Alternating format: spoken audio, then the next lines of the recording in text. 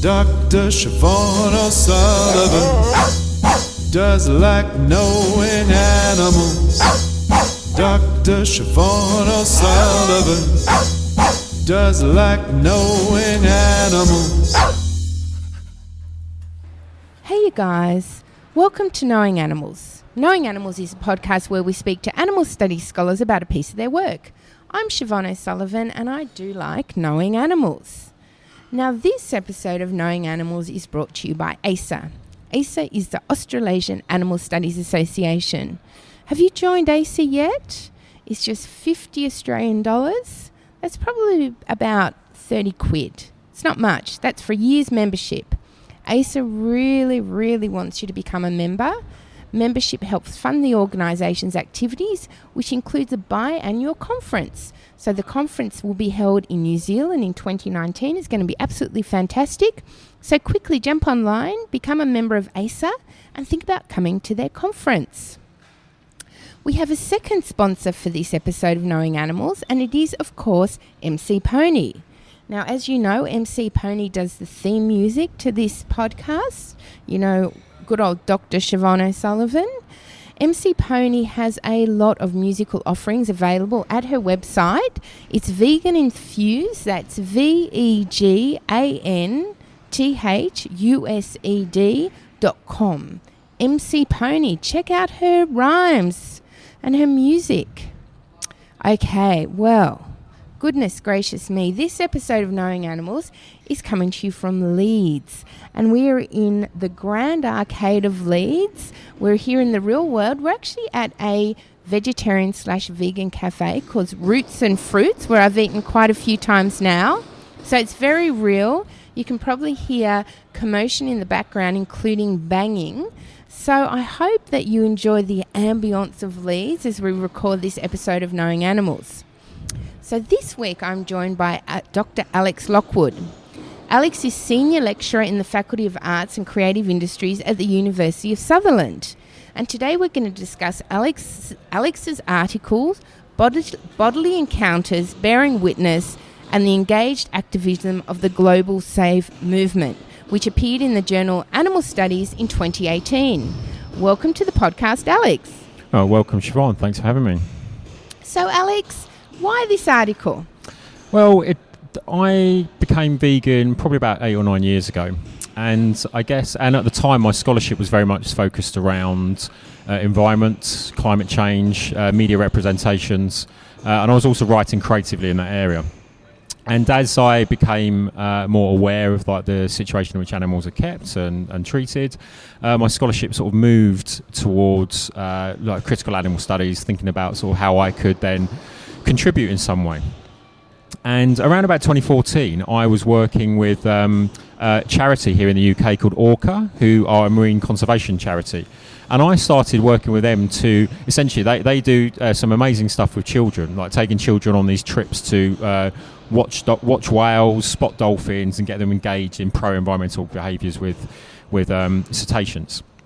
And one of the scariest things they do is do a 3-day mini cruise over to Amsterdam, taking the kids on the ferry. And I was invited on one of these. And so spending that time with the kids is quite phenomenally exciting, but also quite scary. But one of the things that happened was that they were coming back to the UK, and the impact of their work, that it wasn't so clear what the impact was beyond that really nice experience. So I started doing creative writing workshops with these children, which gave them the opportunity to embed and reflect upon their engagement with these other beings. And that really worked. And I started doing more work around that area. And I had a Winston Churchill Fellowship based on that, which took me to America and Canada for 2 months. And that was about 2014. And so when I did that, I was becoming much more aware of sort of animal activism and advocacy, and particularly the plight of animals in industrial agriculture. So when I was over in America in 2014, I went to my first, I did my first activism, as it were. And that was a vigil in Vancouver, so North America, Canada, outside a chicken slaughterhouse. And I was introduced to it by this wonderful activist called Mary Chris Staples. And from that moment onwards, I'd seen this stuff online. I'd seen it through social media. I'd seen sort of like the way that animals are treated, and I'd seen the way that people were now bearing witness at these vigils. And I was really very curious by it, and I was very drawn to it. And so I went and did my first vigil. It had a very big impact on me. And then I refocused my fellowship in a way around spending more time with those activists. So I went to Toronto at the end. I spent a couple of weeks with the Toronto Pig Save movement over there, which was founded by Anita Krantz back in 2010. And one of the big interests in my scholarship is about sort of embodiment and entangled experiences between our bodily encounters between the human and non-human. And one of the things I did when I was there was do a 66 kilometre run from the factory farm to the slaughterhouse, tracing the line that the trucks would take. So in a way, putting my body on that line that the animals then followed on their way to slaughter. And so out of that came a book called The Pig in Thin Air, which was published by Lantern in 2016, which was very much around how you become an advocate for animals, and then what kind of advocate you can be. And it's a personal story, but it's very much driven by underpinned by robust academic research, particularly around the sociology of the body and entanglement. So people like Chris Schilling, Lisa Blackman, and Lloyd Gruen drawing on those ideas. But what I wanted to do was sort of like really get into that experience and theorise it a bit more deeply, because I wrote the book to be accessible, to be able for many people to read it, activists, non-activists. And there's some interesting stories there about who actually found the book more interesting and more acceptable. But then so I wanted to really theorise it a bit more deeply. And I think the Animal Studies Journal is a really, really great publication. It's open access. It really gives a lot of space for animal studies scholars and critical animal studies scholars to explore some of these areas. And so that piece of work then came about by reflecting upon those experiences, but also and drawing on the autoethnography of writing about those experiences. I'm very keen to explore like the avenues and pathways of what it means to write about animals or create work for animals. So the work was a reflection and a deeper engagement with the theory around bearing witness, but bearing bodily witness. What does it mean to put your body in a place and space where animals are going to slaughter and going to be killed? What does that mean for us as advocates? And is it, as the Save movement believe, the most profound, the most compassionate, most effective way of bringing into attention the evils that are done to animals? So that's sort of where it came from. Fascinating. Now, there's a lot in what you said, Alex, and I want to unpack quite a few different topics. The first thing that comes to mind, if you don't mind me asking, is do you feel comfortable sharing with us why you became vegan or why this change about 8 years ago? Yeah, sure. I think, for many, I think I've heard Colleen Patrick Goodrow say this in talks, what we're doing when we become vegan is actually refinding our compassion rather than finding it for a first time. And I certainly remember as a child, being very sort of connected to and upset by any sort of any non-human suffering, actually. So I think there were two or three big influences in turning vegan. One was sort of getting to that midlife point and actually getting to a point of thinking, am I actually living aligned with my values? And I recognised that although I was vegetarian at the time, I don't think I was fully aligned with those values.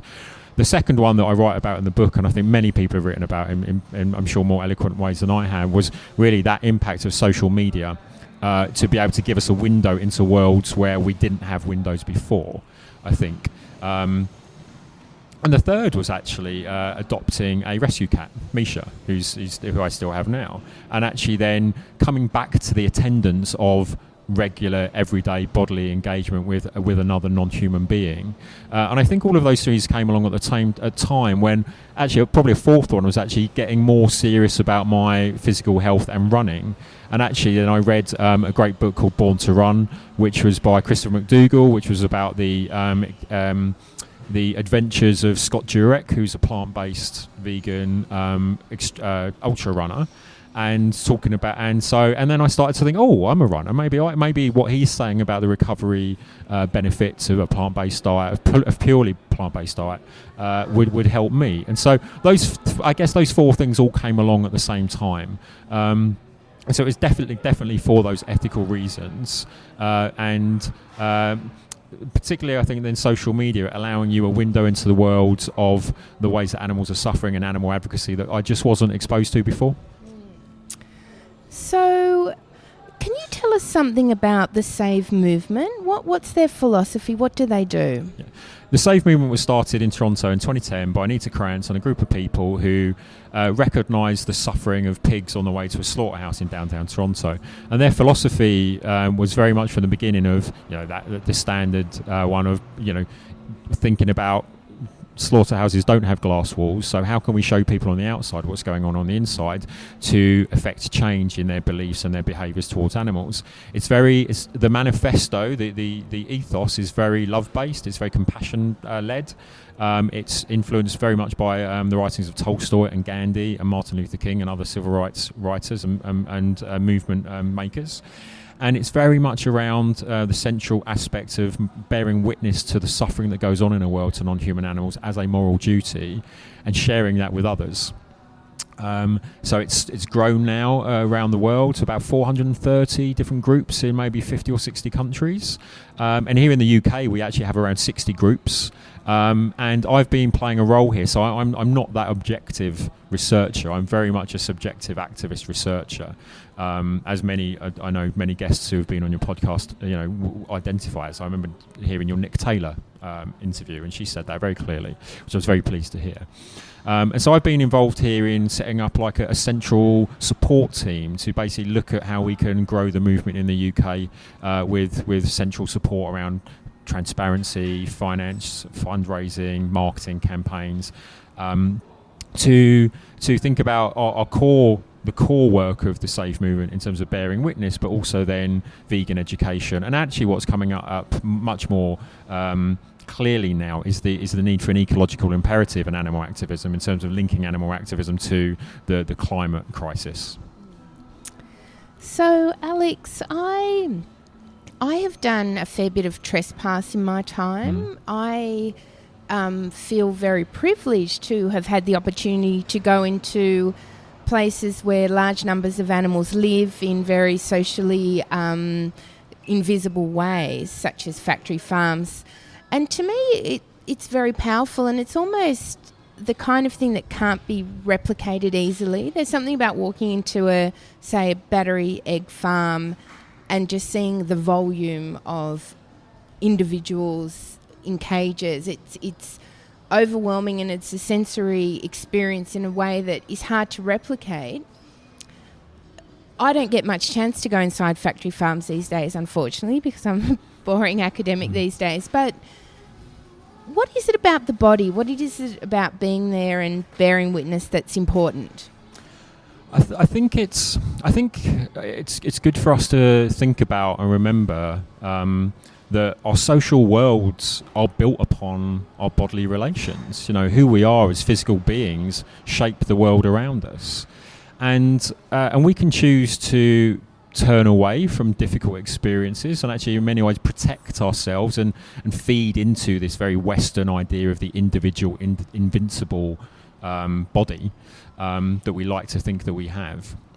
But there's been so much great work done, about from very many different areas of academia, from like sort of Jane Bennett and Vibrant Matter through to Probing Repsy, her work, and Karen Barad, all of these great understandings of that we're not in any way these individual, invincible human entities that are separate from the rest of the world, and that our bodies are very much like Donna Haraway writes about this, the entanglements we have, the enmeshments that we have, that Richard Twine and Nick Taylor write about with other beings. We wouldn't be able to survive unless we had the microbes in our body and the bacteria in our body.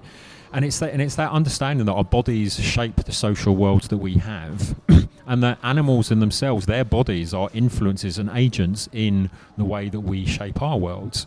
And when we then come to the experiences of bodies of animals, and particularly the very traumatic experiences they have in places where they have no control over their bodies, they have very often no ability to move their bodies, they don't have the freedoms that we have, that those face-to-face encounters, those nose-to-hand encounters, those watching the animals go in, being there with their bodies and knowing what's going to happen to their bodies and what their bodies become, hearing them, sensing them, smelling the slaughter, smelling the feces and the waste. It is a sensory experience, and I think sensory experiences such as that really give back into our bodies, give back into our experience and back into our knowledge a wider sense of what life is about. And that's why I think bearing witness in that way, body to body, bodily encounter, is very profound. And even if it's just profound to the activists who do it, and yet everyone else sees it through social media, that's okay, because what I think it does for the activist, as you say, it's a sensory experience that changes you. And I know people have said that in terms of bearing witness, it changes them and they're a different person afterwards. And they're a different person because of their sensory experience and how their body has reacted. And you save that, and in many ways you save that, and you use it to motivate you onwards to do your work. Now, that said, I am also a big fan of logical arguments, and there's been a bit of pushback against the good old logic. Do you have a view on that? Has there been too much emphasis on the deployment of logic in defence of animals to the detriment of a kind of emotional thinking or ways of arousing emotion? Yes, I read about. I mean, my back in the day, my PhD was very much nothing to do with animal studies, but was affect theory, very much driven by people like Lauren Berlant and Anne Chetkovich and all of those affect theorists. But I do remember putting in that caveat in that work about the or the almost headless response to this wonderful discovery of affect and emotion in academia, and there was a lot of work around trying to re-emphasize like how this discovery of affect and emotion as a way of experiencing the world and communicating theory could be put back through rationality and logic. This whole transrational sense of how we use those emotions. So it was about working about how the head and heart can work together. And I think we're getting to a place where there's some marvelous work being done in critical animal studies, like Dinesh Waddiwell's The War on Animals. It's very like political Foucauldian, but it definitely has that sense of affect and emotion that's put back into logical frameworks of argument, which I think have been really wonderfully done. And I just on the train on the way down here, I was reading some Tom Regan about, and thinking about the logical argument, the force of logic as an argument, and people find their passions in terms of the theories or the areas that they want to work with, and through good dialogue and great conferences and peer review and sharing of work, that incrementally gets stronger along the way. And the thing I took from Reagan's work, actually I've been reading it, is how can you leave behind the weaknesses and keep the strengths? And I think actually that's what these approaches do. Wonderful. Well, Alex, I really want to admire your run. I didn't realise you'd done a run for the animals. I can't think in miles, though. It doesn't mean anything to me. How many minutes did it take you to do that run? So it was 66 kilometres, about 45 miles, and it took about 9 hours. But actually, I was early to the slaughterhouse, and the people there hadn't set up yet, so they sent me back down the road. So I ran another 2 miles back down the road and turned around, and then came back. So the cameras were ready and the music was ready, etc., and they could cheer me all in. So goodness, well, you're quite the runner. And would you consider trespass as something that you'd like to do? Would you like to go inside, or is it enough to see the animals as they go off to their fate? Yes, interestingly enough, we've been talking about this in the UK, particularly within the Save movement, but within the UK animal activist movement, about the need to reaffirm and re-establish those needs of those trespassing strengths, as it were, of civil disobedience. I actually did a bit of trespassing in a different context back in 2010 when the new Conservative government was voted into power. One of the first things they did here was try to sell off all of our public forests, and so there was a huge backlash against that, and a huge successful backlash against that, and the government had to do like this big U-turn. But one of the things I did at that time was then go, because I wanted to go and trespass on land that had once been public and had been sold, and that was now private and was going to be cut down. And I went there to trespass, just to experience the sense of trespass and experience a sense of what this land meant. So, it did. It gave me a profound new experience of what property meant, I think. And I think that would be really great to then go into the slaughterhouses and experience that. And again, that would have a strong reaffirmation of an understanding of animals as property, which we all fundamentally disagree with. Australia has a proud history of what we call open rescue. So that might be something that you might like to think about. Open rescue as a method that could be, effective in the UK. Absolutely, yeah. Was it Animals Victoria? Was ALV was certainly, yes. Paddy Marks was a very early practitioner, but it's kind of a very Australian way of doing things all around the country. We've seen it in Europe. There's a great, I can't remember his surname, but it's a guy called Martin in Sweden. He's been to prison in Sweden for open rescue, and it's certainly a model that's very inspiring. And I know there is conversations in the UK about open rescue, and we definitely look at that. Get some good lawyers on the job, though. Yes. So, Alex, I ask everyone who comes on the podcast to answer 5 quick questions. Are you ready for your 5 quick questions? I am. Can you recall the first piece of pro-animal scholarship you ever read? Yes, I was thinking about this, and it's probably not one, I don't think it's come up before in your podcast, but I would certainly count it as pro-animal scholarship. And for me, very formative in my sort of experience of advocacy and good scholarly work that leads to change, I would probably say Rachel Carson's Silent Spring, actually. And then from there I went on to read her Sea trilogy.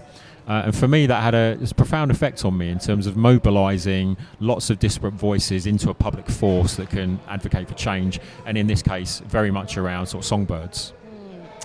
And when I think of that book, my mind then goes to Animal Machines, which is a fantastic book, but of course gets forgotten. It's a bit before the current wave. Yeah. Can you recall the first piece of pro-animal scholarship you ever wrote? Yes, and it didn't start out as animal scholarship. It started out as it's a piece that was published in the journal Environmental Communication as part of a special issue on spectacular environmentalisms, and it was all about sort of those relationships between the spectacle, the celebrity, environment, working with a great group of people in the UK. Including people like Joe Littler and Max Boykoff, who's now in Colorado, around environment and climate change. And I was working on this, writing about the uses of affect in environmental communication. And for me, that was around the formative time of 2014 when I started becoming more aware of animal advocacy and animal issues. And so it morphed into a piece that was about you can't talk about environmental communication, you can't talk about the climate crisis without talking about the forced labour of animals, about their enslavement in animal agriculture. So it actually morphed into a bit of a analysis of cowspiracy. Wonderful. If you had to name one animal studies scholar who's had a big impact on you, who would it be? I thought this answer could almost be like a bit of an Oscar speech, isn't it? All the thank yous and stuff. And I did have a think about this, and it's very hard actually. It's very hard. And I don't think I'd want to answer this without mentioning Kim Stord's been a good mentor to me, and I've met some great activists and scholars along the way, particularly at the big Minding Animals conferences, that we've all been to. But if I had to choose one in terms of the scholarship and how it's framed my thinking, I'd probably say Annette Pick, and her Creaturely Poetics and her Animals and Law and her reading of Simone Weil. And I think for me as a creative writer, as well as a scholar, as well as someone working in the media and cultural studies scholarship, I think she's been very formative. I've really liked her work, and I've really liked the clarity and the purpose and the way that she writes. Well, wonderful. I'm seeing Annette next weekend. I'll pass on the regards. What's the most important thing academics can do for animals? For me, and it's one of the things that I've tried to practice, is be this activist researcher, someone who I actually strongly believe in. I don't believe in the marketizations of universities. I don't believe in the way that we're the universities are turning into businesses. But I do believe in our work having impact. And so I think one of the things that we can do is get out there and share our impact, our work to have impact. And one of the things I did recently, I interviewed 40 vegan men, and before turning that into a research article, I've turned it into a presentation that I've given to maybe 40 or 50 audiences at different vegan festivals over the last 18 months. And I think that's really important because I know the impact that can have in terms of direct change for people. And there's a great book by Matthew Cole and Kate Stewart called Our Children and Other Animals about the socialisation of children in our relation to the non-human. And they've got a wonderful, simple grid in there that explains the different sort of quadrants into which animals are placed through socialisation project. I talk about it all the time with people. It's a really simple thing to communicate. And that needs to be out there in the mainstream. So I think what we need to do is really find ways that we are comfortable ways, podcasting, writing articles, writing opinion pieces, doing talks, where we can actually get that work out to the general public. Fantastic. I agree with you entirely. If you had the power to change one thing about the human-non-human animal relationship, what would it be? It would be that we respect animals as having the subject of a life, having their equal right to their experience, their best welfare. And I think that then really starts for us in terms of how we socialise children, and can we bring children up for next generations to have that respect for animals and act in non-speciesist ways. I mean, it's such a simple question, but it's such a big answer in terms of changing that relationship. But I think we just need to understand that animals are to be respected and they're not ours to use. Wonderful. So, Alex, what are you working on next? I'm working on, I'm trying to write, in a way, 2 books at once, but it's the same book. I know that doesn't really make sense, but I'm working on bearing witness. I'm going deeper into the theorisation of bearing witness as a moral duty. What does it mean? How is it practiced? There isn't a book on bearing witness to animal suffering, not the one that I can find, and I want to write that book, but I want to write something that is both academic, but I want to also write something that is creative non-fiction memoir as well. So I'm trying to find out if that's 1 book or 2 books. And I'm also working, hopefully, on launching a podcast with some of the senses of the SAVE movement that we were talking about earlier in terms of like the importance of bearing witness, but also very much driven towards strategies for better activism. Fantastic. So how can people find out more about your work? They can find me online in many places. Twitter is a very good one. It's just Alex Lockwood. I'm on Facebook. I'm on academia.edu, and my university has a page as well. And I'm also in the UK here a member of the Research Advisory Committee for the Vegan Society, so I'm on their websites as well. But Twitter is probably the easiest way. Fantastic. Well, Alex, thank you so much for joining us for Knowing Animals, and thank you to the listeners for joining us for Knowing Animals, the podcast where we talk to animal studies scholars about their work. Don't forget to follow us on Twitter at knowing_animals, or you can follow me at SO_S. You can also follow us on Instagram at Knowing Animals. We have a Facebook page. We're everywhere. But most importantly, don't forget to leave a review with iTunes. Reviews make it easier for other people to find us. I'm Siobhan O'Sullivan, and I do like knowing animals.